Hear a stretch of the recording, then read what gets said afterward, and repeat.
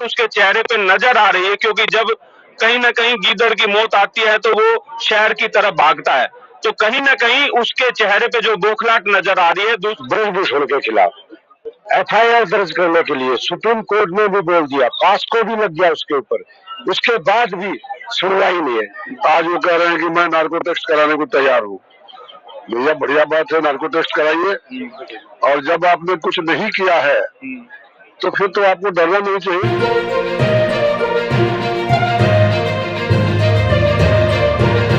मैं संतोष चौबे, न्यूज़ 24 सर्वोत्तम में आपका हार्दिक स्वागत करता हूं। दोस्तों, आज मैं जंतर मंतर पर आ चुका हूं और आज यहाँ पर खाप पंचायत से आप लोग खाप पंचायत के प्रधान जी आए हुए हैं और मैं उन्हीं से जानना चाहता हूं कि जो कुछ बेटियों के साथ अन्याय हुआ है, क्योंकि बहुत बड़ी बात है, इसको हल्के में नहीं लिया जा सकता है कि बेटियां आज 1 महीने से धरने पर डटी हुई हैं और अपनी एक ही बात को रख रही हैं कि जांच कराया जाए।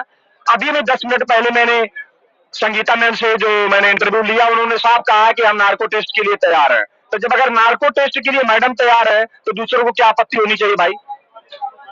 इसका मतलब है कि बात कहीं न कहीं तो कुछ है, तभी इतनी बड़ी बेबाकी से उन्होंने बात कही है। और हमारे देश की बेटियां, उन्होंने बहुत बड़े काम भी किए हैं, तो उनकी बात का और उनका सम्मान पूरा देश करता है, चाहे प्रधानमंत्री जी हो, चाहे कोई किसी विपक्ष का नेता हो, कोई भी हो। तो आइए देर न करते हुए मैं प्रधान जी से ही बात करता हूं कि इनका क्या राय है। तो सर, आपका शुभ नाम क्या है? चौधरी सुरेंद्र सोलंकी, प्रधान पालम 360 खाप। खेप से हैं आप? खाप खाप से। अच्छा सर, ये बताइए कि जो कुछ भी बेटियों के साथ अन्याय हुआ है, इसके बारे में थोड़ा हमारे व्यूअर्स को विवरण में बताएं। देखिए, दुर्भाग्यपूर्ण है जिस तरीके से देश के गौरव, देश की बेटियां पिछले 31 दिन से जंतर मंतर पर मजबूर हैं, अपने न्याय की गुहार लेकर बैठे हैं और सरकार के कानों में जू नहीं रह गई है। दूसरी तरफ वो बाहुबली चिल्ला चिल्ला कर पूरा दबाव बनाने की कोशिश कर रहा है और सरकार को कहीं ना कहीं दबाने की कोशिश कर रहा है। एक बात मैं साफ, आप जिस तरीके से बता रहे थे कि हमारे पहलवान जो बेटियां हैं, उन्होंने जिस तरीके से इंटरव्यू दिया, मैं एक बात बता देना चाहता हूं। एक तरफ वो बेटियां हैं जिन्होंने देश का गौरव बढ़ाया, देश का मान बढ़ाया, एक तरफ वो बाहुबली है जिसके ऊपर आज भी 38 से ज्यादा मुकदमे चालू हैं। और दूसरी तरफ आप देख सकते हैं किस तरीके से पिछले 1 महीने से उसके चेहरे पे बौखलाहट दिखाई दे रही है। और वो व्यक्ति एक अच्छा वक्ता भी हो सकता है, लेकिन उसकी बौखलाहट उसके चेहरे पे नजर आ रही है, क्योंकि जब कहीं ना कहीं गीदड़ की मौत आती है तो वो शहर की तरफ भागता है। तो कहीं ना कहीं उसके चेहरे पे जो बौखलाहट नजर आ रही है, दूसरी तरफ हमारे पहलवान पूरे आश्वस्त हैं और किसी तरह की बौखलाहट उनके अंदर नहीं है, क्योंकि उन्होंने तो सिर्फ और सिर्फ कुश्ती खेली है, उसके अलावा उन्होंने कभी राजनीतिक या वक्ता के तौर पर नहीं किया। लेकिन उसके बावजूद उनका आत्मविश्वास इतना बड़ा है, इतना आत्मविश्वास 140 करोड़ हुआ है कि जिस तरीके से पूरे देश ने उनका समर्थन किया है, वो कहीं ना कहीं उनके साथ नजर आ रहा है।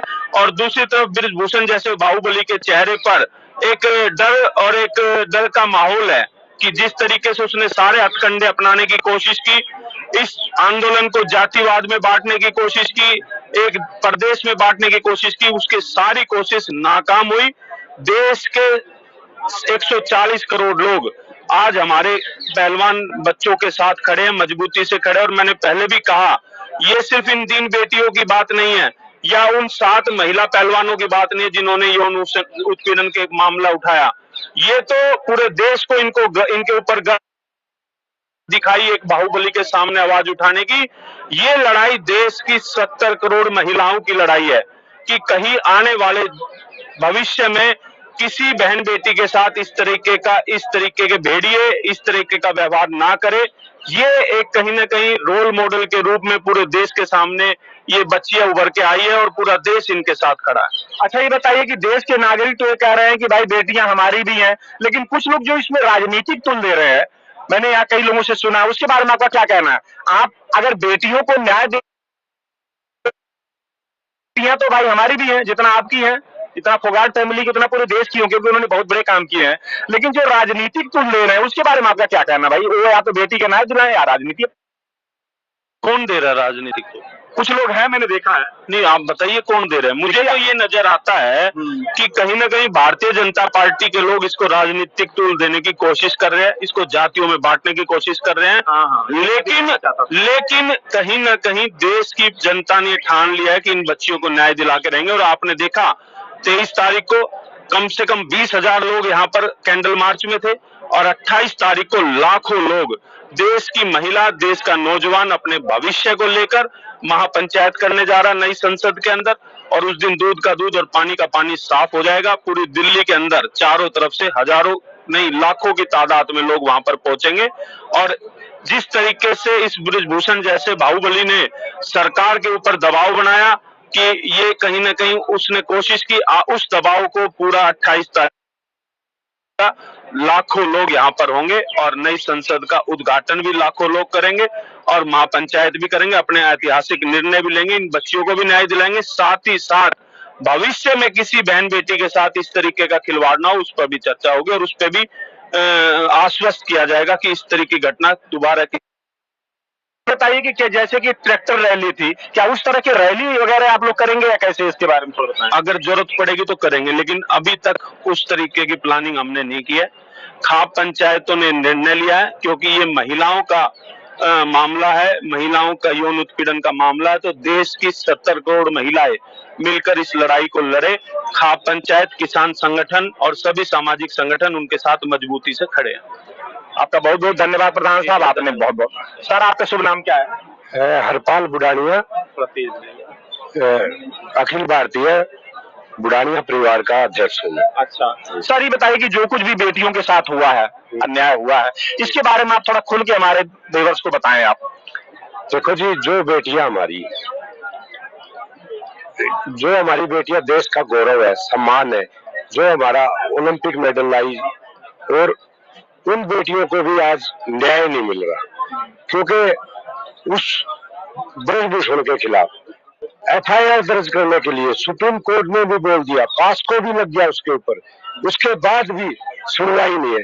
तो आम बेटी, गरीब की बेटी का कहाँ सुनवाई होगी इस देश में?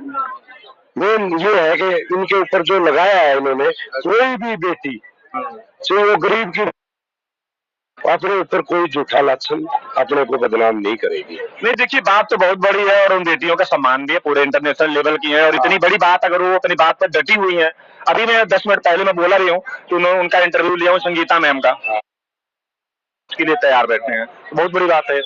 तो है तो बहुत बड़ी गलती और दोषी है, तो भाई सजा तो मिलना चाहिए। बता देता हूँ, देखो एक अक्यूज जो ये बोलता है कि मैं नार्को के लिए तैयार हूँ, लेकिन वो कंडीशन लगाता है कि बेटियां भी नार्को टेस्ट करे। अरे वो तो पहली बार हो रहा है, कानून तो सबके लिए सेम है, वो ये कंडीशन लगा ही नहीं सकता कि भाई वो भी पहले तू तो साफ हो, पहले अपना नार्को टेस्ट करा, तू सच्चा है या झूठा है, क्या है, पहले तू अपने आप को गिरफ्तार करवा और उसके बाद अपना नार्को टेस्ट करवा। अपने आप क्लियर हो जाएगा, दूध का दूध, पानी का पानी हो जाएगा, तो दिक्कत ही नहीं है।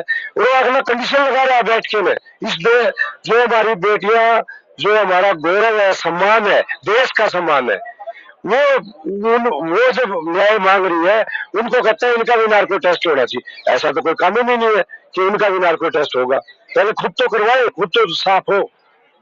अच्छा सर, ये बताओ कि फिर मोदी साहब से आप क्या कहना चाह रहे हैं? मैं तो मोदी साहब से, देश का प्रधानमंत्री है, यही अपील करता हूँ कि हमारा जो देश में इज्जत है, मान सम्मान है हमारा देश का, आज अगर हमारी ओलंपिक की बेटियां यहाँ बैठी हुई है धरने पे, जो अपना न्याय मांग रही है, तो हमारी विदेशों में क्या इमेज जाएगी? और जो मोदी साहब एक को बचाने की कोशिश कर रहा है, किसी बाहुबल को, जिसके खिलाफ 40-40 कंप्लेंट है, फिर आप बताओ, ये तो अन्याय हुआ। क्यों बचा रहे हैं? ये हमारी समझ से भी बाहर है। अब आगे युवा थे जो मोदी के फैन थे, हमारी बहनें, बेटियां बहुत फैन थी मोदी साहब की। अब देख रहे 24 में क्या हाल होगा अगर ये न्याय ना मिला तो इन बेटियों को। कौन, देखो कोई भी समाज है, सब अपने देश में कोई भी समाज है, सबसे पहले हमारी बेटियां मान सम्मान से बाहर कौन निकालेगा? वो कहेगा उन बेटियों को तो इंसाफ ही नहीं मिला जो देश के लिए ओलंपिक लाई, हमारी बेटियों को हम कैसे पढ़ाए, कैसे लिखाए? वो तो सेफ ही नहीं है, उनको न्याय कहाँ मिलेगा? तो आपको बहुत बहुत धन्यवाद प्रधान जी, और आप हमारे चैनल को टाइम दिए सर, आप आए। सर आपका शुभ नाम क्या है? विजय प्रताप सिंह। थोड़ा तेज बोलिएगा। विजय प्रताप सिंह, साहब कहाँ से हैं आप? बलिया से। बलिया से हैं आप? तो सर ये बताइए कि जो कुछ भी बेटियों के साथ हुआ इसके बारे में आपका क्या कहना? दुर्भाग्य है, दुर्भाग्यपूर्ण है। तो आपको लग रहा है कि जो कुछ भी हो रहा है मतलब किसी दोषी को बचाया जा रहा है? सवाल किसी को बचाने का या किसी को गिरफ्तार करने का नहीं है। हम लोग ग्रामीण भारत के लोग हैं। देश की आजादी से पहले बलिया ने आजादी ली थी, आपको पता, सबसे पहले ली थी। मंगल पांडे, चित्तू पांडे, चंद्रशेखर जी का धरती के लोग हैं हम लोग। हमारे यहाँ जब कोई केस होती है, गांवों में कोई केस होती है, तो सबसे पहले पास्को का यदि केस हो गया तो उसको अरेस्ट करते हैं, कार्रवाई होती है। आदरणीय संसद महोदय के ऊपर केस हुआ, आदेश हुआ सुप्रीम कोर्ट का, उसके बाद अभी तक कोई गिरफ्तारी नहीं हुई। पहले किसी बात के लिए वो कहते थे, कुछ भी कहते थे, आज वो कह रहे हैं कि मैं नार्को टेस्ट कराने को तैयार हूँ। भैया बढ़िया बात है, नार्को टेस्ट कराइए। और जब आपने कुछ नहीं किया है तो फिर तो आपको डरना नहीं चाहिए। आपका घर बगल में है, यहाँ से आना चाहिए, बेटियों के साथ बैठना चाहिए। वही वही रहते हैं क्या कहीं पर? वो यही बगल में रहते हैं। अच्छा, ये पूना वाली बिल्डिंग उनकी है, ब्रजभूषण जी की। ब्रजभूषण जी। अच्छा, तो उनको तो यहाँ आना चाहिए। कुश्ती संघ के 3 टर्म अध्यक्ष है।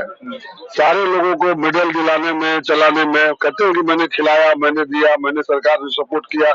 तो आपके टर्म में इन लोगों ने नेशनल पदक जीता, देश इस पर गौरवान्वित हुआ। आपको भी गर्व होना चाहिए। अगर आप एक बड़े पिता, बड़े भाई की हैसियत से यहाँ आते और बेटियों के साथ बैठ के वार्तालाप करते तो समस्या का समाधान हो जाता, लेकिन आप तो ये करना नहीं चाहते हैं। हाँ, मैंने किसी पहलवान का इंटरव्यू सुन रहा था, उन्होंने भी यही कहा था कि अगर चाहते तो समस्या का समाधान शांति से भी हो सकता था। ऐसा कुछ है? सवाल शांति और अशांति, देखिए आप पत्रकार लोग हैं, आप लोग ज्यादा समझते हैं, देश के चौथे स्तंभ हैं।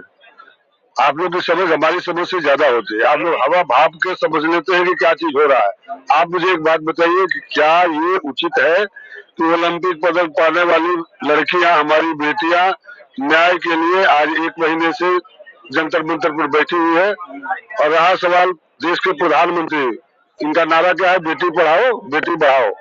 इनका नारा क्या है? सबका साथ, सबका प्रयास, सबका विकास। और ये काम क्या कर रहे हैं? खुद का न्याय, खुद का प्रयास। हमारा एमपी गुंडा हो तो मेरे साथ है, मेरा आदमी कुछ भी हो तो मेरे साथ है, मैं वही करूंगा जो मुझे करना है। और एक लंठ की भाषा में प्रधानमंत्री बात कर रहे हैं जो देश के लिए उचित नहीं है। तो आपका बहुत बहुत धन्यवाद। तो दोस्तों देखिए, बड़े प्रतिष्ठित नागरिक थे ये लोग और इन लोगों ने अपनी बात बड़ी बेबाकी से रखा। बात तो बेटियों का है, बेटियों के मान सम्मान से बात जुड़ी है। पूरा देश, पूरी समाज बेटियों के साथ खड़ा है और उनको न्याय मिलना चाहिए। जो भी सच्चाई है सामने आना चाहिए और जो भी दोषी है उसको सजा मिलना चाहिए। तो इसी बात पर एपिसोड में खत्म कर रहा हूं।